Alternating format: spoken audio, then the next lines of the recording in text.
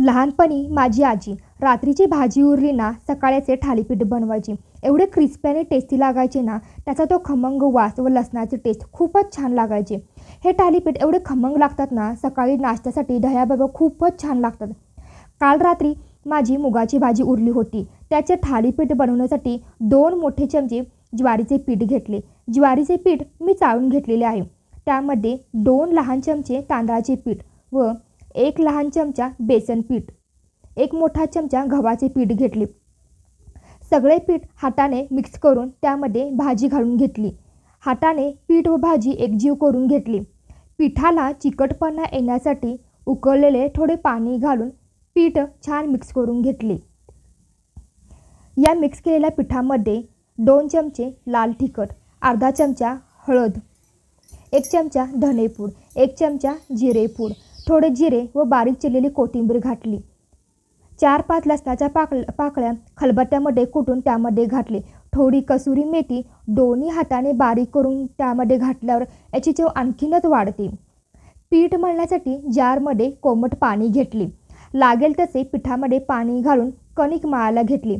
आपली भाजी व पीठ छान एकजीव होण्यासाठी कणिक छान घासून मळून घ्यायची. यामुळे आपले थालीपीठ खूपच छान मऊसूत बनतात आणि त्याची चव खूपच छान लागते. थालीपीठ थापण्यासाठी मी एक कॉटनचे कापड पाण्यात भिजवून घेतले. मळलेल्या कणकेचा एक मोठा गोळा थोडे पाणी लावून परत छान मळून घ्यायचे.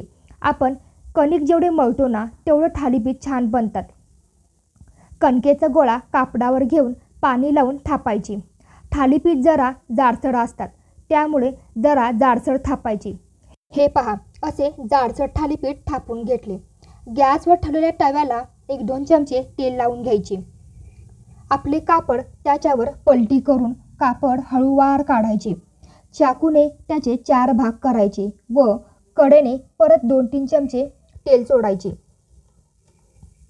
बोटाने 4 होल पाडून त्याच्यावर पाणी शिंपडून घ्यायचे, म्हणजे